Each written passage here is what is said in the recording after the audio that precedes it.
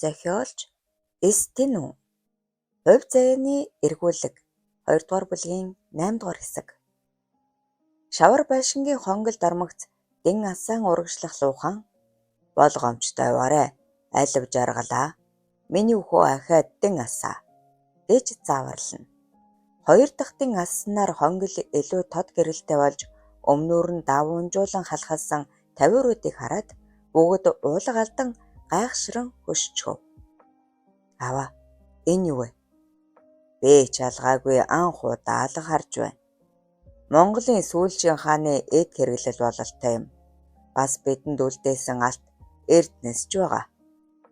Алгуурлах цаг байхгүй ухаарсан луухан үний хувь заяа гэдэг их учиртай.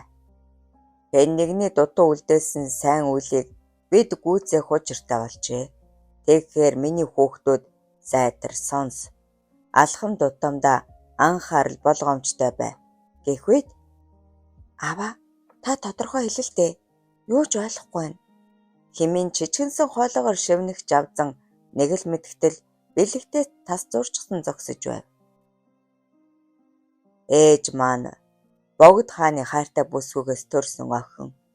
Тэр шалтгаанаар л аав ээж хоёр минь бусдад хорлогдсон юм. Совдон даруулга бол тэр бүхнийг үнэн гэж нотлох сүүлчийн баталгаа юм. Аваа Ламбард руу эртхэн очиод хүссэн 1 сая төгрөгийг нөгчхөөд даруулга авъя. Аавга ихчтэйгэж бас уулзмаар байна. Би хожимдсан байж магадгүй гэж айж байна. Совдон даруулгыг маш их олон хүмүүс удаан ирсэн.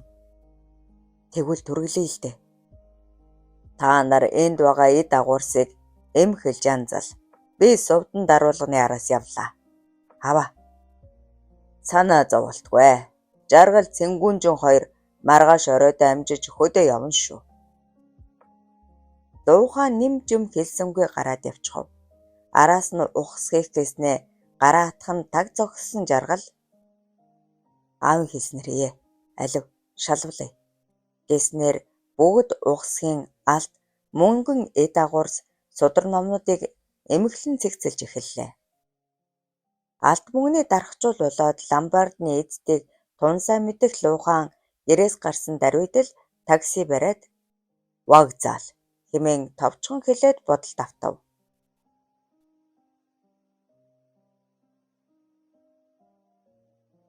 Эцэст нь хайртай хүнийхээ охиныг оллоо. Совдон даруулгыг ч олох ёстой. Хэрвээ өөр хүний гарт орвол хэцүү. Аав ээжээсээ хагтсан 10 настай жаалхууд өшөө хорслоо тайлах цаг мөч ойрцсон бололтой. Хичнээн олон жил нам гүм оршиж амьд үгсний хоронд хүлээсэн билээ дээ.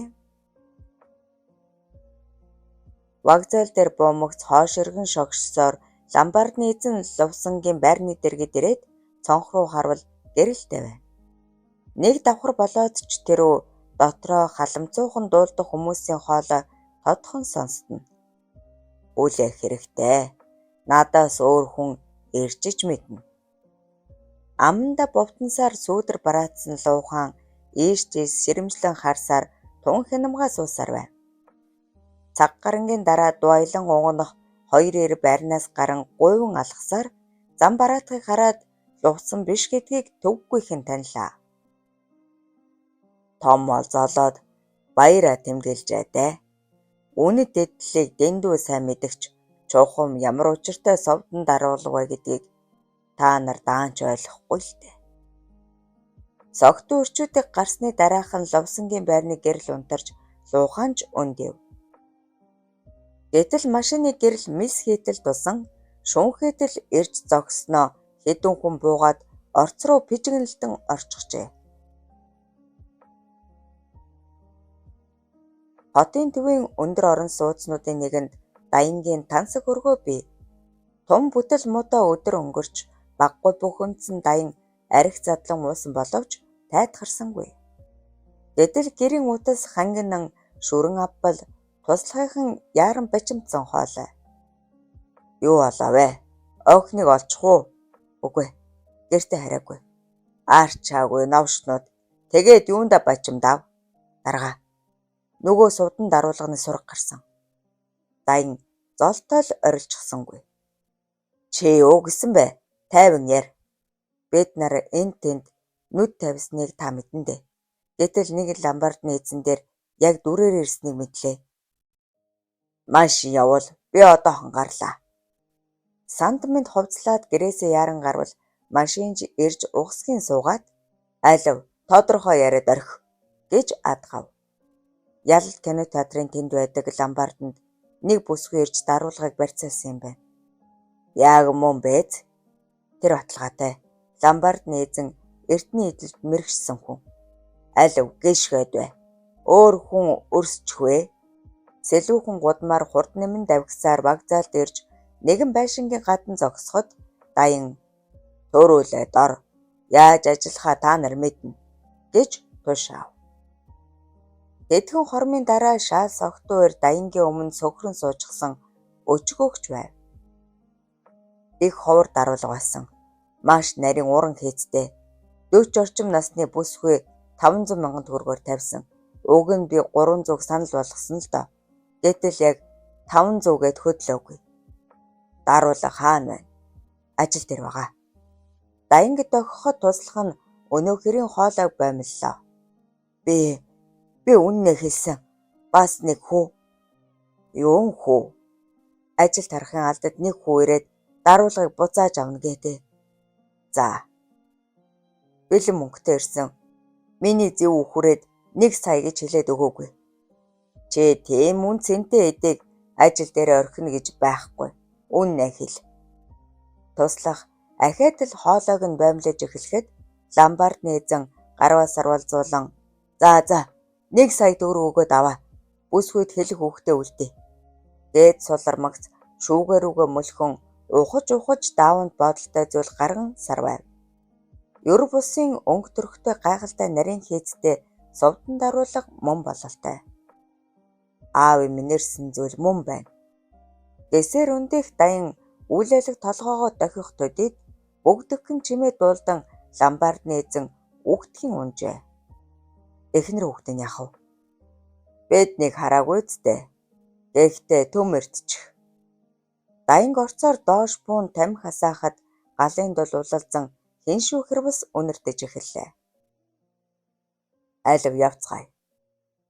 Гэтэл өдөөс нь хэн нэгэн хүн тулснаа. Сэхэр жамжаагүй байхад ухаан балартан унаж араас ирсэн туслах жолооч хоёрч араараасаа ойчоод өгчээ. Насаараа гардан тулаанаар хичээлсэн луухаанд бахин биетэй 3 эр үнэндээ юу ч болсонгүй.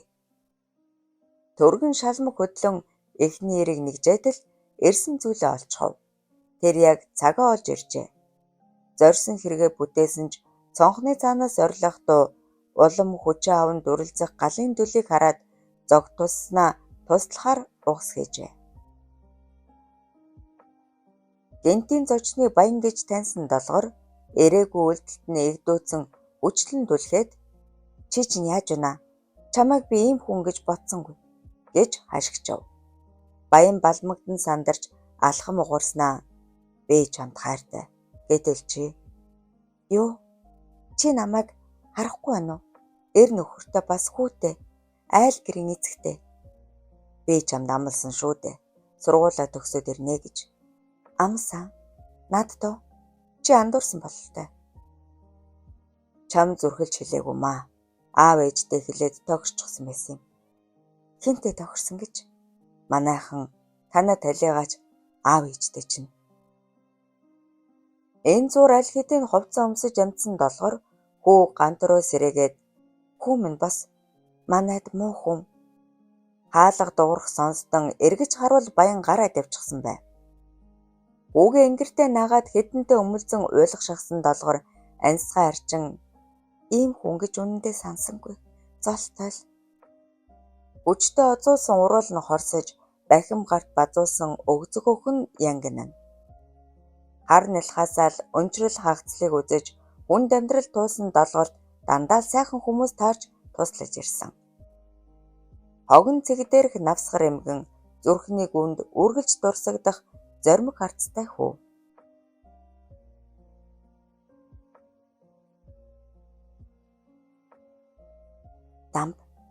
Дам бүдэд Хаана яваавал хүүгээ ингэртэй наан тэврээд чимээ жагнаархан бодол давтах бүсгүй өнгөрч одсон бүхнийг санагалзан гунь харна.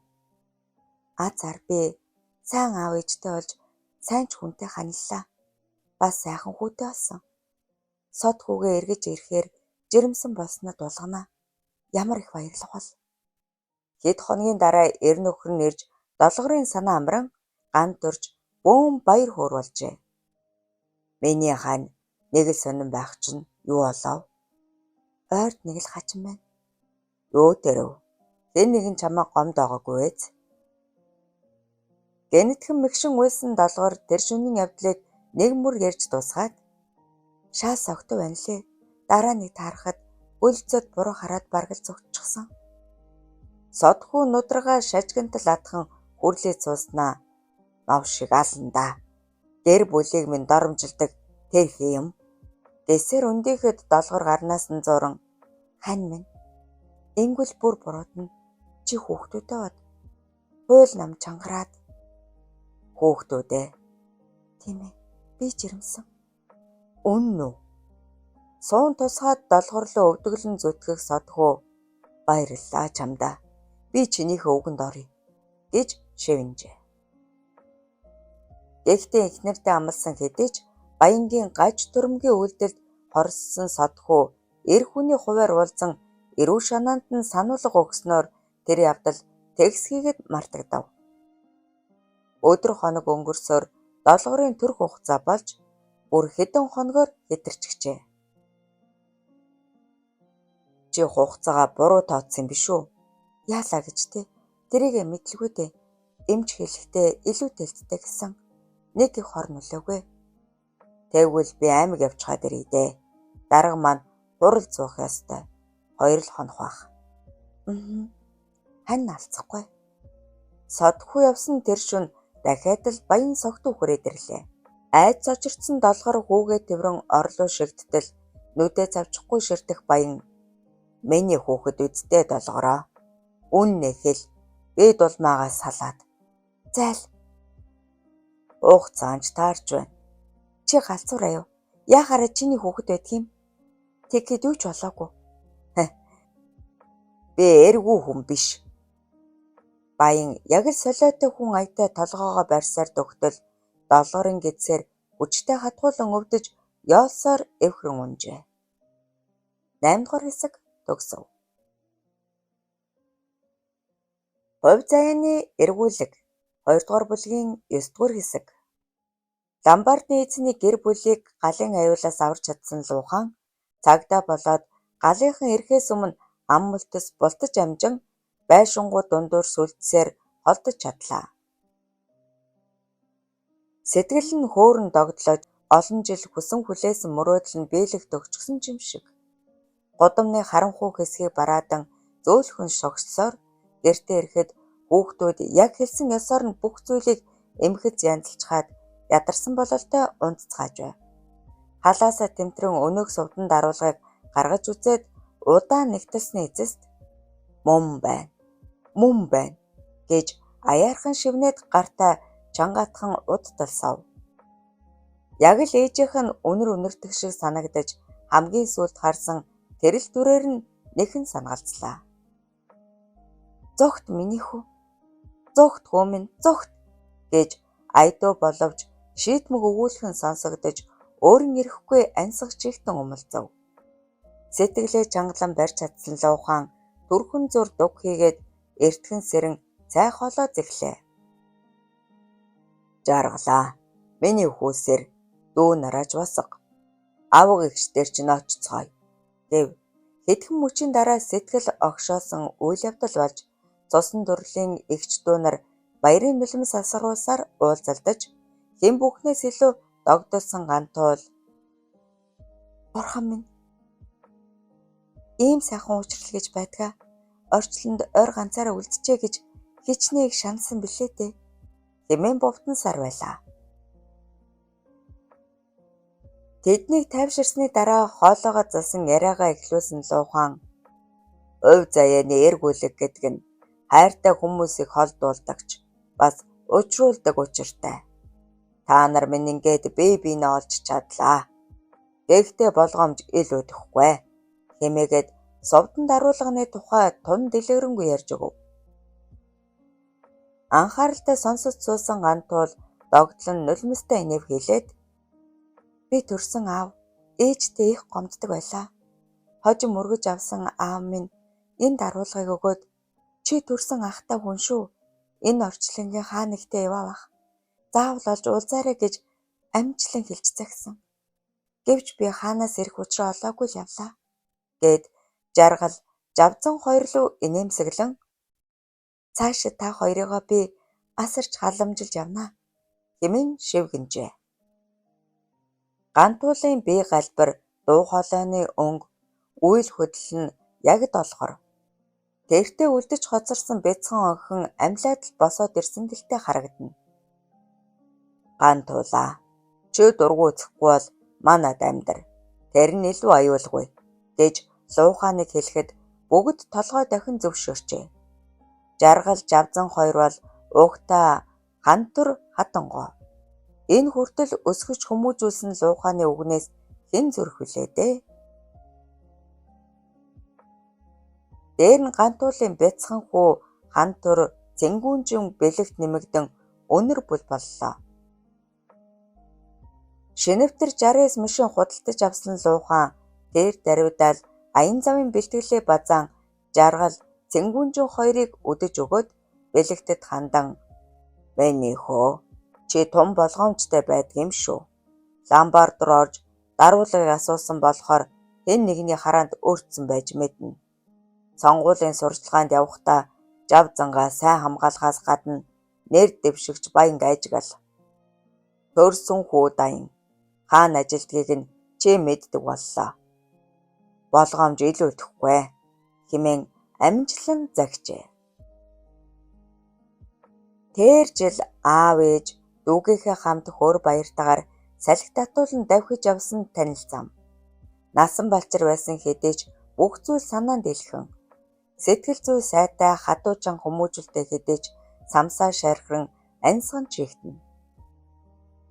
Дэрэгдэн суух цэнгүүнжин мөн адил гунгэлжчихжээ. Анхүү минь сэтгэлээ барь. Би уйлчих гээд байна. Уртаар шүүс сардсан жаргал инэв хийлээд хоёулаа төр зогсож биеийн чилээгээ гаргая гэлээ. Өөч минь чин замыг сандгүй. Би хэд хэдэн удаа авч байсан юм байна. Гэхдээ сүүлийн хэдэн жил яваагүй. Ээжийнхээ залуу насны гуулбар айтай зэх зогсон алсын бараа ширтэх цэнгүүнжин үнэхээр үзэгсэн төгс харагдана. Нуруу өндөр бэлхүүс нарийнхан хөл урт шулуун даян байтугайн шүүрс алдан шунаглан зүтгэмээр гойхон цэцэг. Ханхүү манай ээж танаа аавын багш байсан гинлээ. Би мэднэ. Нэг сайхан ааштай ихч байсныг санаж байна. Бодоод байх нэ. Яг чи дүрээр юм шүү. Тийм гэж юу? Хэмээ. Жаргалыг алхам мурагшлахад цэнгүүнжинж өөдөөс нь дөхөв. Цэлмэг тэнгэрт дуграглан шаргалдах алтан нарны цацраг хос залуусын өмнө гялалцснаа алгуурхан бүдгэрж арилах нь тэд тас тэврэлдэн үнсэлцэж ихэсний хажээ. Өмнөний хувь заяа сайн сайхнаар эргэх юутай гойхон. Удам сайтай залуус учран танилцаад бие биендээ энэгшин дурлах нь бүрч сайхан. Аав ээжийнхээ залуу насыг тэр хэвээр нь хуулан төрсөн жаргал цэнгүүнжин хоёр эсэгхэн зур бие биедээ эрхлэн нялуураад замдаа шуударчээ. Хинхэн залуу насны хүсэл цаламдуулсан хэдий ч бие барьж дөнгөв. Газар нь ягааран улаа бодрох цэнгүүнжин хаанхүү минь битгий араа. Энэ зам их бартаатай гэж халамжлахад жаргал за ойлголоо. Би өөрийн мэдэлгүй хурдлах гээд байна. Хоёулаа замд амрах уу хэмээн асуув. Нар жарган үдшийн бүрийн нөмрөх үед нэгэн удам хөндөй рүү орж цааш давхисаар замын гуанз бололтой хоёр дүнзэн байшингийн гадна зогслоо. Найрсаг зантай ах эгч хоёр хөл болон тосож цай хоолоор дайлаад урд давааны зам гарснаас хойш манай нүгээр машин явхаа болсон.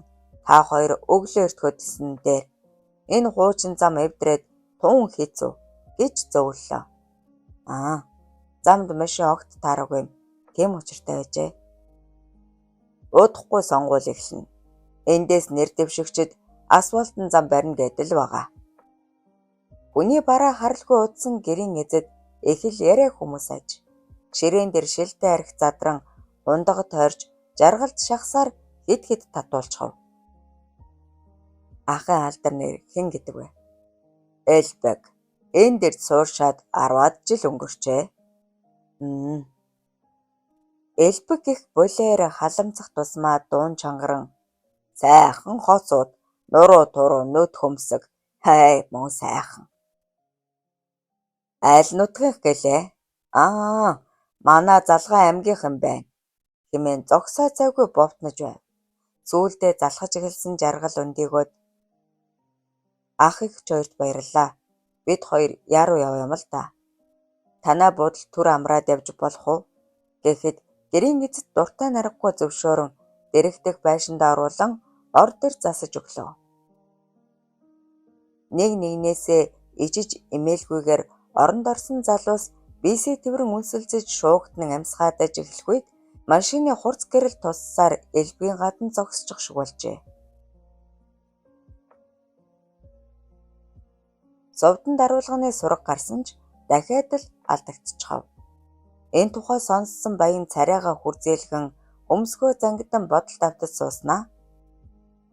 Тэр жил доолгоор амарч явахдаа их хүнд төрж тунгуудалгүй бурхан болсон. Сод хүн авш охиндөө их дургүй. Бараг л үзэн яддаг байсан атлаа даруулгыг өгсөн бололтой. Чи маш удаан байна. Чамаас хэн нэгэн хүн төрүүлж алхан даруулгыг гарт оруулжээ. Цаашид яах ёстой гэж даян цоо ширтэн зэмлэв. Хүн заавал олно. Та сонгуульд ал анхаарлаа хандуул. Энэ тухай заадуулчин мэдвэл надад дарамт ирнэ.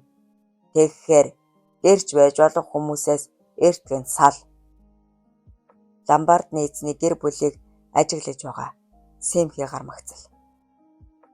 Зар та нарыг хараагүй сайн хэрэг. Нөгөө элбэг хаана явав? Эндээс хол намжим амьдарч байгаа. Зайлуулсан дээр хожим гай тарина. Ойлголоо. Болгоомжтой байгаараа да. За.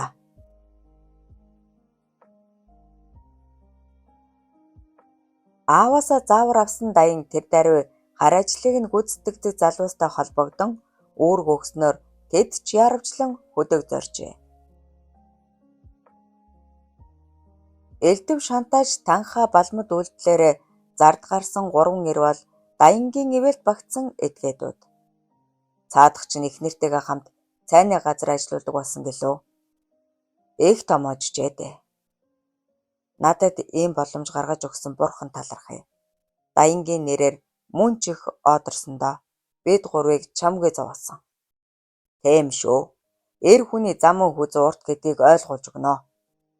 Тэд яруухан давхицаар шүндэл болох үед элбгийн машинд хурж шууд л яваад орчихов. Гэрлээсаа түргэл. Хэмбэ та нар. Эрлэгийн элч чинь байна. Гэрлээсаа. Юу хүмүүс вэ? Гэх шингэн хоолоос сонсдон гэрэлж месхийн аслаа. Юу болоод байгааг ойлгож ядан өндийгөөд нүдэ анивчин шөнийн гişтийг таньжаадах элбэг хэрэг бишцнийг ухаар бололтой дэрэн доогуураа гараа шургуулсан ч амтсангүй. Бахим эрс хурдан хөдлөн элбгийг сэхэрч амжихаас өмнө гарыг нь мушгин хөлж орхиод чих хол аялжээ. Бидний бүр мартсан бололтой гэж тавлав. Шөнийн гişтийг элбэг сая л зүс таниад хэн явуулав? Дайн уу? Миний дараа та нарыг жээлж ярина. Там дуулцъя гэд шүдэ хавран нулимлаа. Чи тийм амархан үхэхгүй. Үүрц адил зайч байна. Юу болоод байгааг ойлгож ядан бүлтгэнэх элбгийн эхнэр та нар юм хүмүүс вэ? Ингэж болохгүй гэж арай ядан ам нэхэд сайхан хүүхэн юм аа.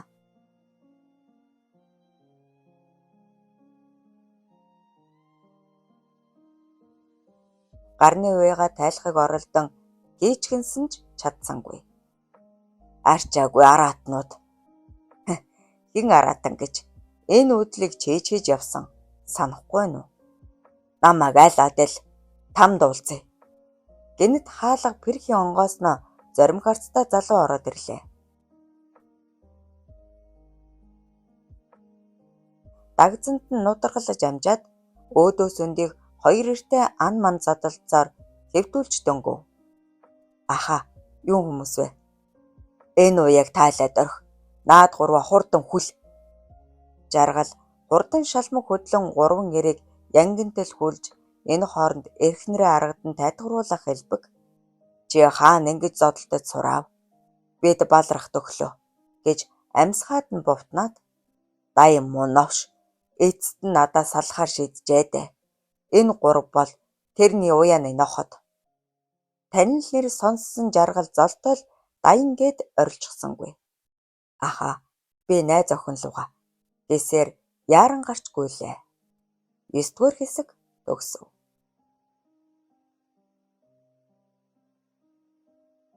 Говь зээний эргүүлэг 2-р бүлгийн 10-р хэсэг. Сонгуулийн сурчлагаа хэзээ мэдгүй эхлэх төгсөөр нэр дэвшигч Баянгийн баг бүрдэж төвийн штаб ухуулгын байрнууд бэлдэн хүмүүсээч томилж дуусав. Үнс барааны зах орчмыг хариуцахаар болсон тэмүүлэн бэлэгт зоригт нар улсын шалгалтандаа бэлтгэхийн сацуу сонгогчдыг судлах нөр их ажилд сэв завгүй гүйж байлаа. Баянг сайн хүн биш гэдгийг ганц бэлэгтэл мэднэ.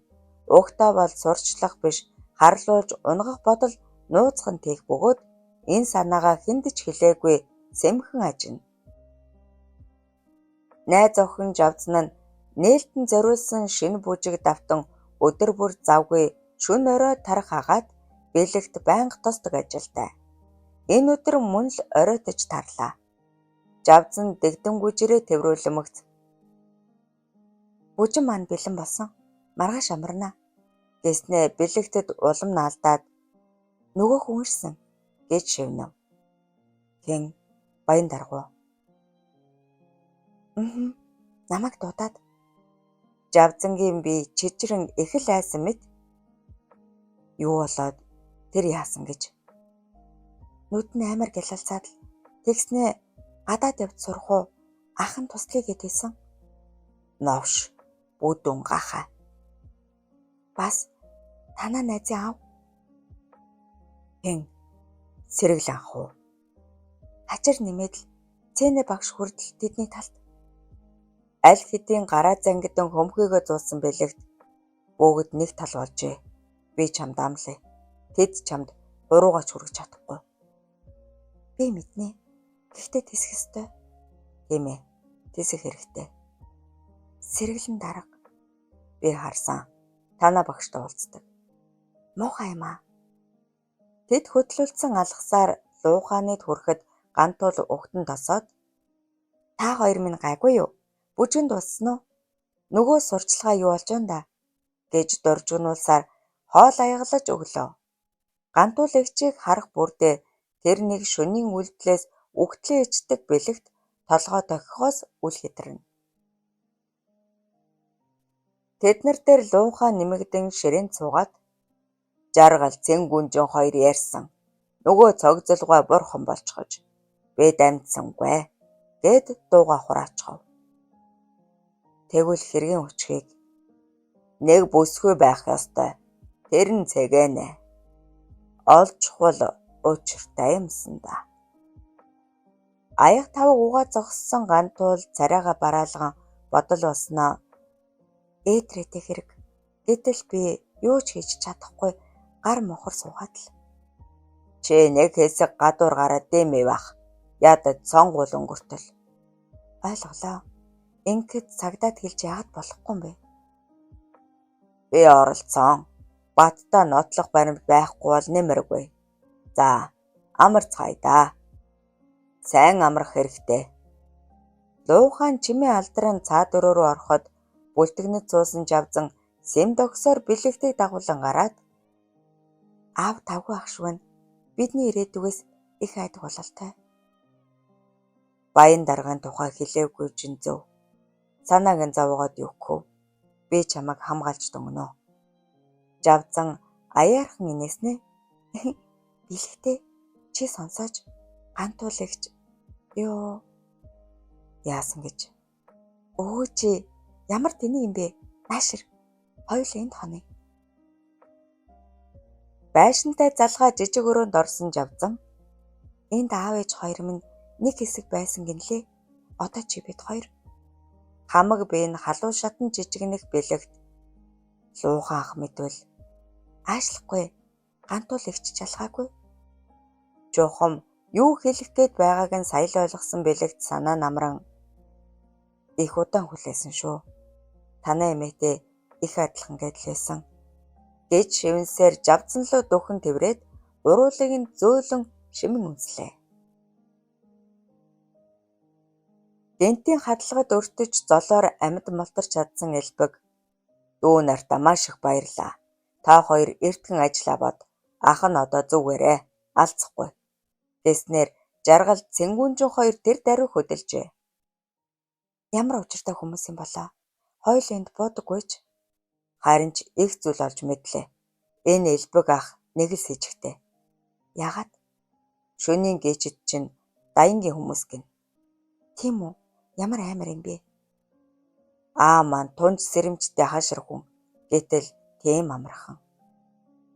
Нулимс мэлэмрээд ирэхүйд дууга хураан биевэрсэн жаргал гараа сунган зүтгэх Цэнгүүнжиг мөрлөн тэврээд уучрыг нь олноо. Миний хонгор битгий гэж тайлхаруулав. Болсон явдалд тун их цочирдсан Цэнгүүнжин баг багаар уужрын тайвширч жаргалын халуун гарыг атхан зөөргөмллээ. Үүр манхайтал цайжиг гэгээ орох үед нэгэн сумын төв рүү орж ирэв. Үч минь сэрээрээ хоёулаа жаахан амраад хөдлөе. Азар цэвэрхэн тоглох буудал таарч хоёул тас тэврэлтэн хэвцэн ч хинийх нь нойр нь хүрсэнгүй. Сая л ноцороод байсан чинь бүр сэрэгчлээ. Би ч алгаагүй. Хаанхүү минь? Үч минь. Гоо сайхны төгс зохицол гэмээр гоёхон залуус сэтгэл зүрхээрээ бие биенээ мэдрэн хайр дурлалын амтанд бялууран тэмүүлцгээв. Хэн энэ тал дээр туршлагамуу гэвч хүмүүний зүн совин гэж байдаг. Цэнгүүнжингийн бурман амтад уруулнаас зөөлхөн шимэх зураа хөхөвчнийхэн тэгийг мултлаад гараа доошлуулан ууз нурууг нь нэлбсээр өгзгөнд нь хурчхав.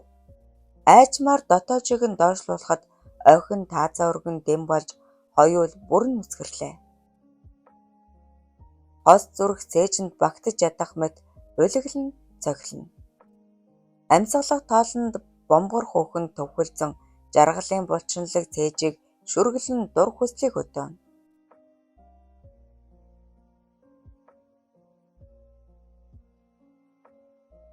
Үүр хаярч буй бололтой цонхоор гэрэл тусч нөн үцгэн гинших Цэнгүүнжингээ гол сайхан биеийг улам бүр үзэгсэлэнтэй харагдуулж байв.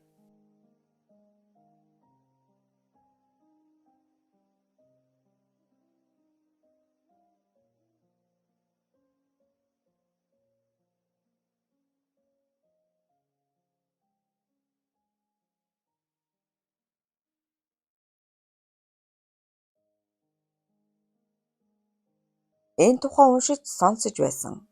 Хайртай ханхүүтэй охин бие зориулж удаа тэр маш их баярлан догдолжээ. Жаргал шалгаагүй өвдөлт мэдэрсэн ч өөч минь өвдөж байна уу? Ханхүү минь зүгээрээ гоё. Өрөөнд гэрэл улам бүр тодорч таш дуу хадаан айглан гиншэн өрнөлөө. Цэнгүүнжингийн чихэр урт хөл дээш гоцолзон дурав булаам том хөөхн эгдүүтэй жижигнэн бумганаж байв. Бие биенээ олж онож дурлсан хос залуус үүлэн борооны гайхам жаргалд бялууран жаргасны эцэст нэгнээ хайрын үгээр харамгүй шагнан шивгэнсээр тас тэврэлтэн нам унтжээ. Нойрмуутай хонсон Даянгийн сэтгэл санаа тун тавгүй бухимдж сууна. Өглөөний цай бэлдэн түнтэгнэх янжинг харах тусам дургутах тул нүдээ тас анжихаад Цэнгүүнжингийн үзэглэн гоо төрхийг бодолтой ургуулan гэдээлээ. Тэр жил сумын дунд сургуульд сурч байхдаа Янжин багшийг анхаарсан дүр зураг яг мөн. Хүүхэд насны шохорхол нь улам бүр асан дүрлцээр эгчмэд бүсгүйг эхнэрээ болгон дур тачаалаа тайлж чадсан. Би чамайг заавал эхнэрээ болгоно. Цайглаад дөхөж асан Янжин гонц хийдэл зочсон ч цайгаа гэхээс өөрийг хэлж зүрхэлсэнгүй. Хөгшин авгай үхээд өгөөсэй гэсэн бодол зурсхийн шүдэ хавирсаар үндийтэл утас жингэнжээ. Хэмбэ? Утасны цаана хэн нэгэн хүн шуугтнаж байснаа. Чи намайг үгүй хийхийг хүсчээ дээ. Өөдгүй новш гэж сонстов. Хэмбэ? Новшоо нэрээ хэл. Элбэг байна. Даян төлөөлөгчөө. Надад цаг баг байна. Явуулсан 3 нохоог чинь яах ёстойг хэлээд өг. Даянгийн царай хувхай цааж нүдэн бүлтгэнсээр тагт руу гараад би явуулаагүй хэмээн мэлцэж үзв. Намайг тэнэг гэж бүү бодоорой. Чиний хэлснээр намжим амьдрсаар чамд гай болоогүй. Гэтэл чи элбгэ чи сонсгооч. Сонсох хүсэл алгаа. Хүмүүсийг чинь байшинтай хамт шатааж орхий. Хэргийг яаж замхруулдгийг чи мэднэ. Дахиад надаар оролдвол өөртөө л гомдоорой. Миний ам чиний амьтай адилхан болсон. Дахиж ярихгүй. Сайн бод. Утас тагсрах чимээ сонстов. Арчаагүй новшнууд ганц хүн дийлж чадахгүй баригдчих гэж. Элбгийг ирж оллоо ч нэмэргүй. Зөнд нь хайсан дээр энэ тухай аавд хэлээд дэмий биз. Сонгуульд тусалж ямар ч аргаар хамаагүй явуулах ёстой. Албан тушаал нь хэрдэл эрх мэдэл ихтэйч дээшээ өгссөнгүй хэдэн жил болчихож авилга хахуул цутгавж нэмэр болсонгүй.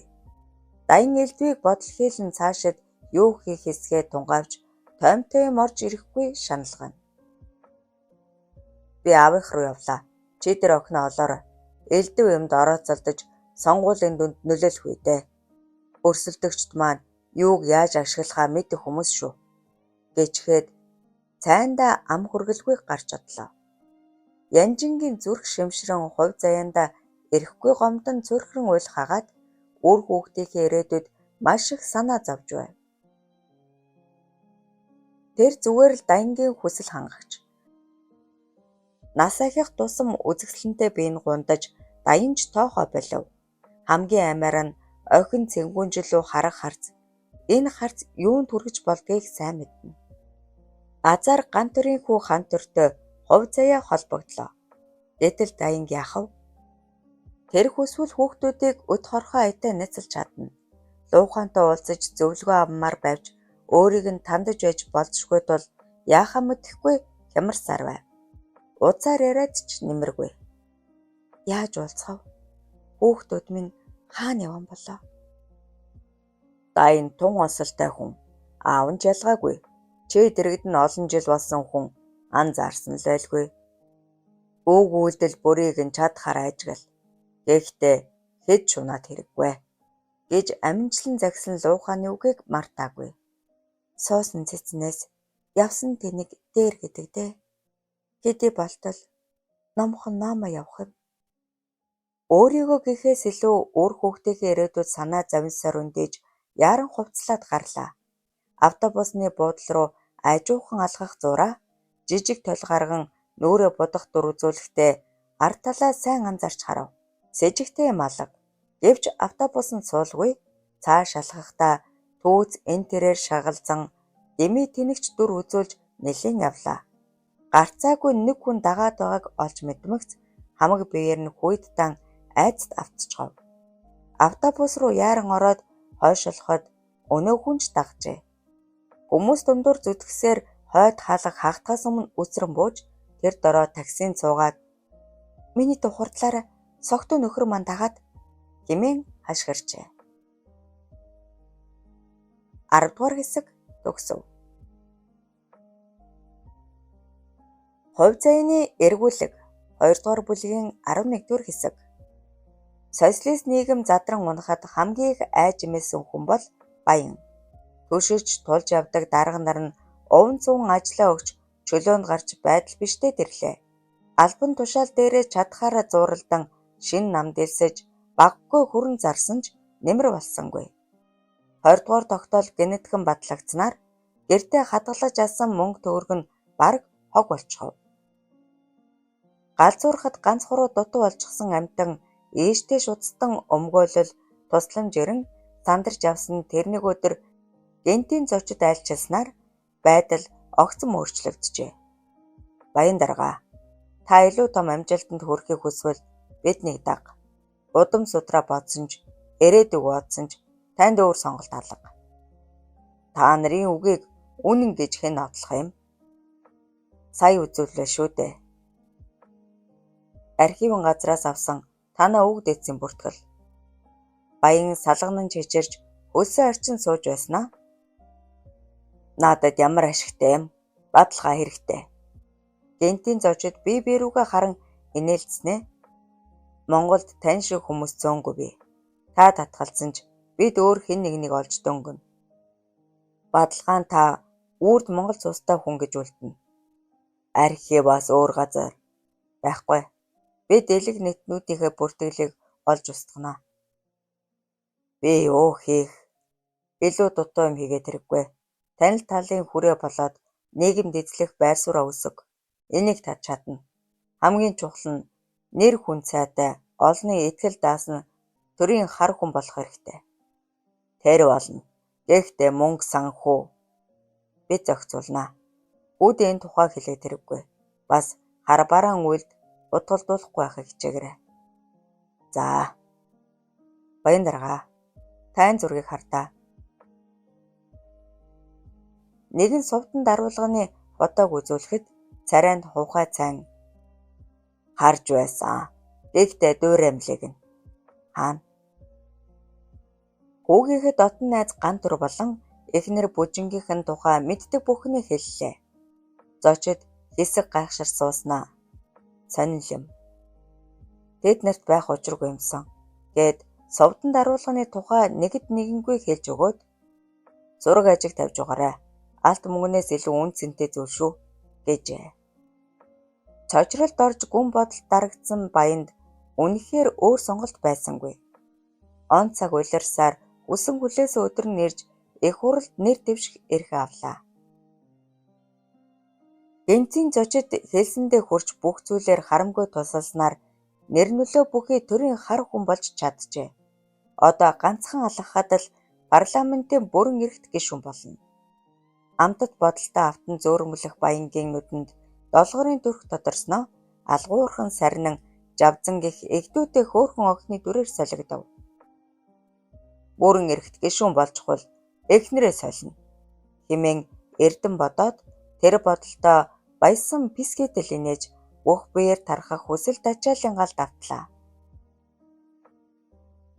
Эдүгээ 60 насны босго алхаж яваа аж зээшгээ жаахан охиныг шунаглан хүсэх хүслийг нь хэн хорих юм? Зэг зээчхэд мунж сайхан амтэн шүү. Одоогийн охид цаг үеэ дагаад би хаа сайтай байх болжээ. Хэмээн бовтнод суудал хүүн ороод ирлээ. За, ажил төрөл хэр байна? Аавынхаа инээмсэглсэн царайг сэмэтсаар дэрэгдэн суусан даян. Дажгүй. Гол нэр дэвшигчдэд унгах нүх бэлдэж дүнгсэн. Та сурчлагаандаа л анхаар гэв. Минь тэр нүхэндээ өөрөө бүдрөвдээ. Энэ бүхнээс ганц миний биш, чиний ирээдүйд шалтгаална. Мэднэ. Аваа, та миний саналыг чи нээрээ дураараа золих шүү. Сонгуулийн дараа болъё. Аав нь юу л да. Би гадарсан. Ээж мэдсэн мэнлээ. Золтой цайндаа хахчгалгүй тэсээд. Дуулмаа маань сайн хүн. Даанч үрийн тэнгэргүй. Би долуулаа байсансан бол хэчнээн сайхан битээ. Гүмэн. Чи оройтлоо. Үр удмаа үлдэх хэрэгтэй. Даян толгой дохид суудал тооцооны дайтай том харуулсан хангинаж Ярмагц царай нь хувхаран алга болсон. Өө мөгичи. Игчинд очсон биз? Очоогүй. Та нарыг дээ гэж хашгичлаа. Баян өндөлзөн юу болов? Юунда хашгичав? Янж алга болчихож бас цэнгүнжин сураггүй 3 хонлоо. Хаачвал гэжтэй сүр болоод. Аава, таны өнөөх дарвалганы сураг гарсан. Даанч алдчихлаа. Огл харин болсон баян болсон явдлыг сонсоод буудан дээрээ лаг хитэл суугаад тулааны эрдэмд гарамга хүнгэнэ. Сонин л юм. Түүн шүүд маань намайг жээж эхэлсэн гэж үү? Хэмээн бутнаж байв. Юу гэсэн бэ? Чи өвмэн бүүдэгдэ. Юуны тул тусгай ажилтан билээ дээ. Сонгуул өнгөртөл намжин байж бай. Зөвхөн танд мөшөг мөрд илүү хөдөлгөөн бүүхээ. Даян толгой догсоор гарахад баян муухай царайсаар үлдлээ. Эрсдэл дагуулсаар гүйж ирсэн Янжингийн үйлдэл нэг талаараа сайн, нөгөө талаараа тум муу уршигтай.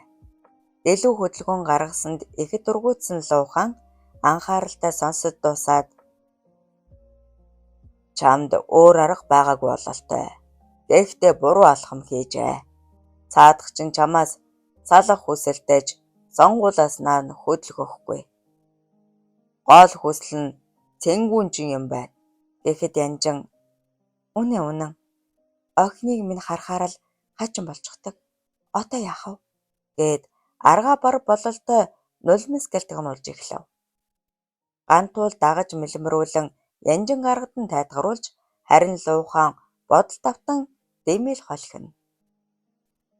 Игч дээр ч одсон байх. Тэгэхээр хайцсан гэдгээ хэлэх ганц арга байна. Юу? Хоёулаа хамт очие. Болохгүй. Таныг алчхана. Тэд чадахгүй. Сонгуул өнгөрөөд сал гэдгээ хэл. Бас охиноо ятгаж зөөлрүүлнэ гэж хэл. Таныг би энэ хүн сайн. Үлдсэн амьдралаа намжим чимээ аниргүй өнгөрөөй энтер гэдэл зохион. Янжин гантуул хоёр сэрцгийн гайхсанж өөр сонголт олж харсангүй.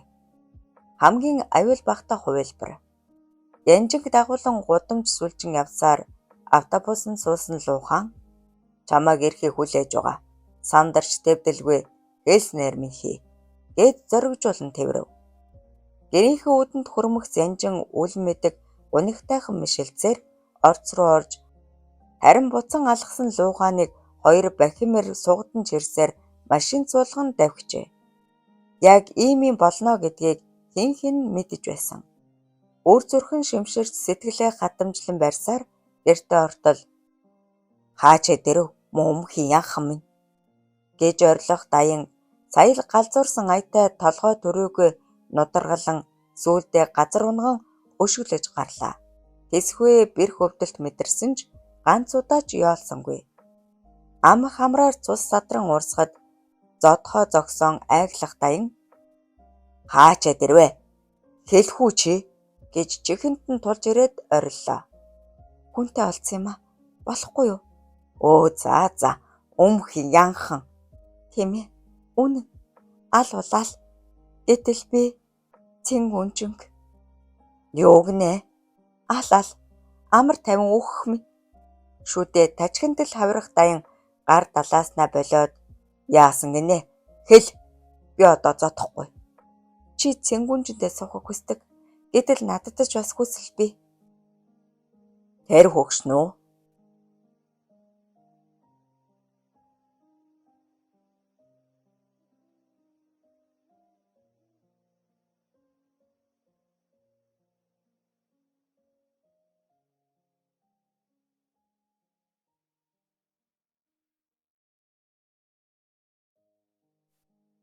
Цэнгүүнжний санааг би өөрчилж чадна. Харин чи биднийг тайван орхичих. Уухаас чи энэ хөгшөнтэй. Чамд бид хоёрыг хоёуланг нь алах эсвэл аврах гэсэн сонголтууд байна. Алийг нь сонгох өөрөө мэд. Ухсын утсан авсан даян цааш эргэн наад зөнгөө явуул гэхийг дуулмагц Лууханы төлөвлөгөө зөв байсныг сая л ойлгожээ. Гэртээ ганцаараа үлдсэн Гантуул тайван байж үнэндээ чадсангүй. Хаа байсан замын үүдээс нэлэх жаахан хүүгээ хөдөлсөөр бараг л зүхтах шахам эрэхтэй чухмал азан тэтгсэн нь үнэн. Аз нь эз болж хувирхын алдад аврагдсан. Аврагдсанаар зогсохгүй цусны төрлийн дүүнэрээ олох боломж нэгдсэн. Насандаа баймгүй иршүүд, зоримог бэлэгдэхүүд сэтгэл алдран тэр бүхэл энгэр зөрүүлсэндээ одоолтол харамсдаг. Би гэж тэнэг толгой үсэл шуналтай гэмгүй хүүх ашиглаж. Гэтэл тэр маань хүргэн дүү. Бурхан намайг өршөө. Нүглээ цайруулахын тулд амиа өгсөн ч билээ. Хэмээн өөрийгөө буруутгах болсон. Аз болж энэ бүхнийг бэлэгт хизээж задруулахгүй. Тэр мөн адил шаналж яваавах. Эцэст нь бүхнийг хав дарахаар шиdən анхаарлаа өөр тийш хандуулж өөр зүйлд санаа тавьж эхэллээ. Сонссон дуулсан бүхэн нь гайхмаар бас сүрдмээр. Нэмэр болохоос илүү гай болчихгүй хичээн намжим оршиж явтал ийм юм болчихлоо. Маш их санаан зовнин хаалга дуурахыг хүлээж суусаар бараг л хөшиж орхив. Яачих вэ? Тэд зүгээр болов? Лууханх. Нэрээ Лууханх. Яасан сайн хүн бэ? Ээж минь бараг л 50 жил хайрлан хүлээж шүү дээ. Тэр бүхэл 2 хүүг нь өдий зэрэгт хүргэж би ямар азар сувдан даруулахыг зарж үрээгүй юм бэ? Гантуулын түмэн янзын бодлыг тасалдуулан дааман хаалга дуугарах шиг болов. Ирчлээ хэмээн дуу алцаар гүйж гарахад цуснд хутгалдан хэвтэх Луухан. Ээж минь арайхийн гэртээ оруулаад телефон утас руу угсгээтэл бугуун дээрээс нь шүүрсэн Луухан бэтхээ би зүгээр тэнд бас бос юм би гэж эрсгэн хэлжээ. Даянгийн дор ажилдаг бие томтой тусгай ажилтнуудаас төвгүйхэн мултарч чадах байсан ч шууд л сэжиглэгдэх учраас эсэргүүцсэнгүй. Бахан хантал гарынхаа чилээг гаргасан тэдний үйлдэл Луугааны 2 хаврагыг хугалж хамрыг нь хуг зогчээ. Гэвч тэр тиссэн. Усан нүдлэн уйлах Гантуул чадах бүхнийг хийж Луугаан зааварчланаар хүн төрхөндөө орж чадлаа. Тэр шургуулганд ханд би. Усаа бузалгаад төр хөргөө. Чимхийн төдийг хийгээд өнгөн хувирмагц аваад ир. Одоо тэр навчийг усан дэвтэ. Хаастаа. Гэвчлэн зааварлаж Гантуулж бүхнийг ёсчлон гүйцэтгэлээ. Өсөн ч яхарч царайн туяарч эхэлсэн Луухан бэ зүгээрээ. Янж маань яасан бол гэснээ уртаар амьсгаа аваад айлвэ тэр лонхойд хоосон лохыг шүд зүүн үлээд суусан Луухан хэмээн тэсэлгүй орилоод орон дээр унаад өгөв. Та яаваа эмч дутая л да. Одоо болсон. Янж маань зүгээр өнгөрсөн болов уу гэж бовтнолаа.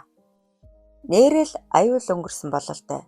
Гэнэтхэн телефон утас жигнэж яаран авсан Гантуул та хоёр зүгээр үү гэснээ Луухан дөхүүлэн өгөв.